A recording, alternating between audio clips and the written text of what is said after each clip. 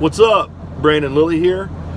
So I made the Weight Class Madness video and did an okay job of expressing what I think and what I feel. Obviously, there are times that, you know, once you put something out, you have an idea or you reflect back on it and you think, I wish I could have said more. Overall, I think most people that watched it understood the point that I was trying to make and got what I was saying. Some people, you know, had comments that were a little bit premature because maybe they only watched parts of the video. Because I felt like I clarified myself at the end of the video that you can do whatever you want. I'm not trying to say I'm right. I'm not trying to say that you're wrong. All I'm saying is my biggest concern that I see with a lot of young lifters coming into the sport and athletes that I work with having a concern about their weight class when they're not even necessarily at a high level of competition yet. They should just be focused on getting stronger, improving their technique, becoming better lifters, and then adding the element of the weight class to their competition. So before I go any further with that, what I need to say is that a couple of federations that stand out in my mind, I'm not saying these are the only two, but as far as the United States go, the USAPL and the USPA have done a very, very good job of meticulous record keeping, having a pretty significant standard as to what they consider a good lift versus a bad lift, and that's created a very high level of competition across all weight classes. I think one of the big misunderstandings that people were gathering from my video was that I was saying get big as you possibly can. That's not what I'm saying at all. Absolutely not, because in my own lifting, you know, I got myself up into the 330 pound range, you know, when I probably should have been more like a 300 to 310 power lifter and been a 308, or maybe even gotten in better condition and been a 275. I truly believe that I could have replicated my best numbers at, you know, super heavyweight. I could have done them at 308. My best numbers at 308, I probably could have done at 275 were I to focus more on my nutrition, my recovery, and so on. And that's what I'm trying to do now. So I'm not telling you without any caution, without any concern for your health, get big as possible. What I'm saying is if you walk around at 175 pounds, then be as strong as you possibly can at 175 pounds.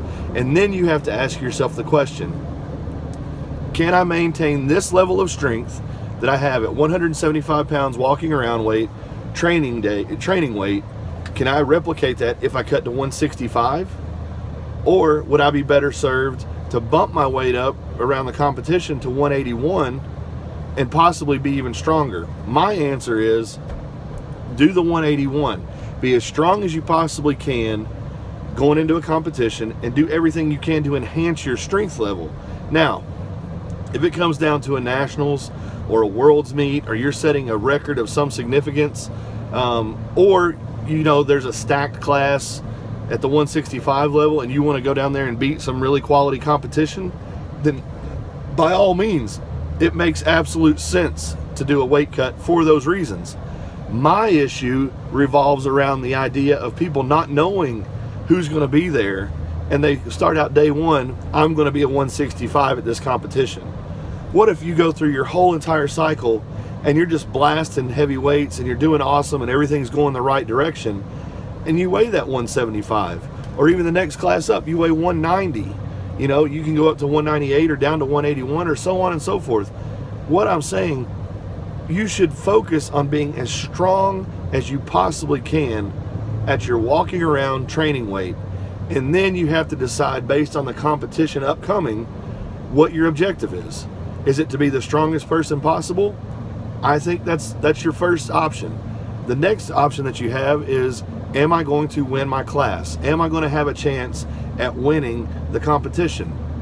Those two questions have to be asked. What annoys me to no end is people who will cut down in a weight class to where there's no one else competing against them.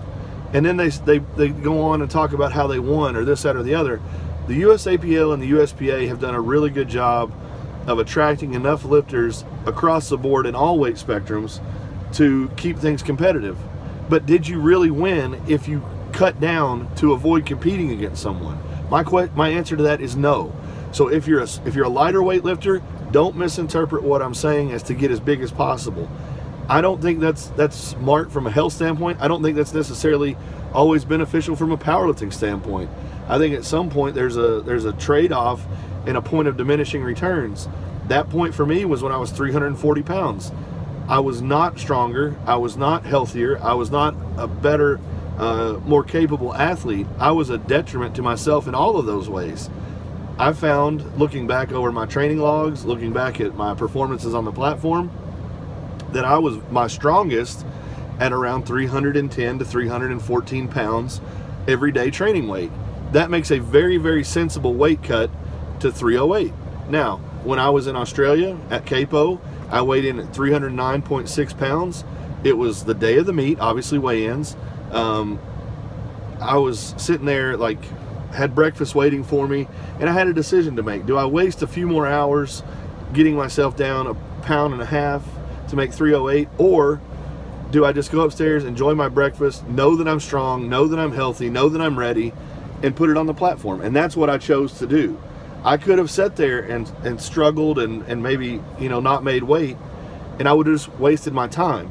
Had I done a better job of preparing, and this is me saying I didn't do everything that I could have done correctly. I thought I was going to wake up at about 308 pounds, but I didn't. So I didn't stress myself out. I just went in and weighed what I weighed in.